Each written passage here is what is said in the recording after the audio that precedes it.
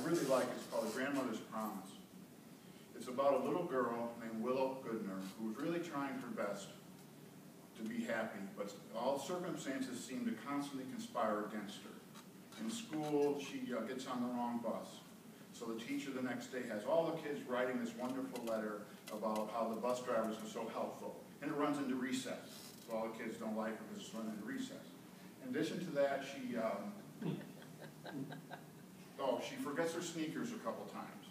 So they got a sign around her that says, "I forgot my sneakers," and she's got to sit out there all day. Okay.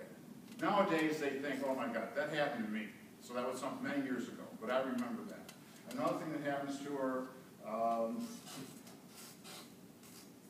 anyway, at home it's no better.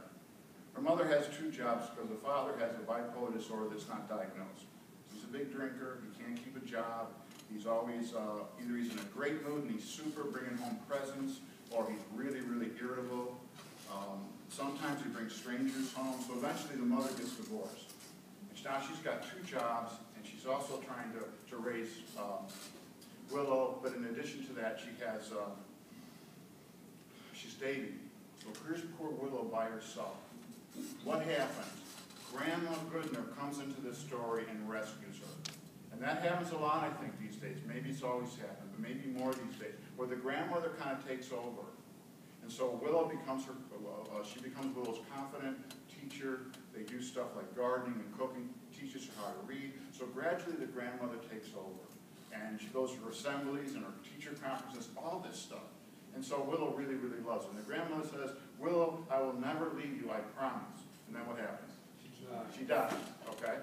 But when she dies, the mother finally looks at Willow and says, "Oh my God," she finally sees the truth of it, how desperate Willow really is.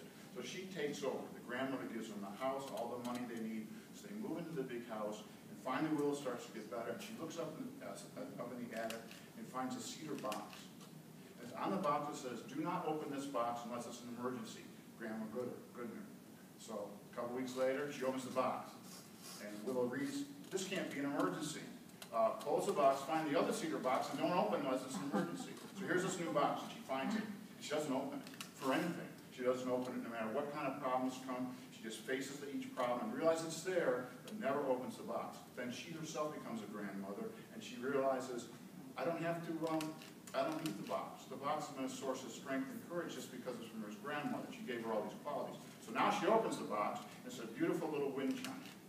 She puts the wind chime on the front porch, and it begins to play after a while, and all the kids in the neighborhood are coming to such a beautiful wind chime. All the children come onto the porch, and one little boy sits in her lap, and the wind stops, and he says, "Come on, I want to hit it and make it go." And she says, "You know what?